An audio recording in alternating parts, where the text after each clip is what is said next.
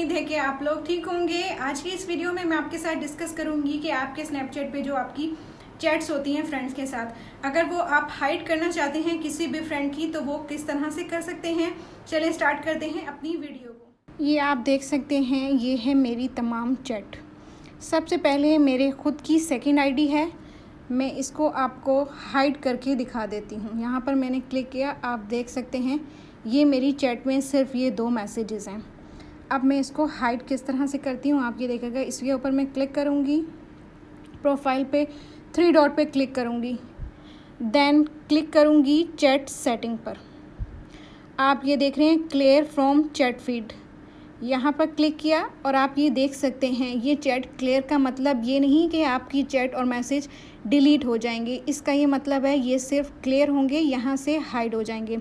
Then मैं clear के option पर क्लिक कर लूँगी। आप देख सकते हैं सबसे पहले जो मेरी थी चैट वो यहाँ से हाइड हो गई है। अब इसको आप दोबारा ला कैसे सकते हैं, आप सर्च के बटन पे क्लिक करेंगे, जो भी आपका यूज़र नेम फ्रेंड का होगा आप वो यहाँ पर डाल सकते हैं। ये है मेरा यूज़र नेम। देन मैं चैट के बटन पे क्लिक करूँगी। आप ये देख सकते हैं ये चैट उसी तरह ही है और ये सिर्फ हाइड हो गई थी।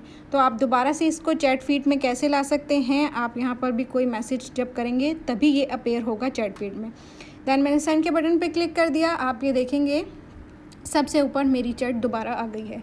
तो ये एक बेस्ट तरीका है अगर आप अपने फ्रेंड्स की चैट को हाइड करना। कैसी लगी ये कमेंट में ज़रूर बताइएगा। बहुत जल्द मिलूंगी आपसे एक नई वीडियो में, तब तक के लिए अल्लाह हाफ़िज़।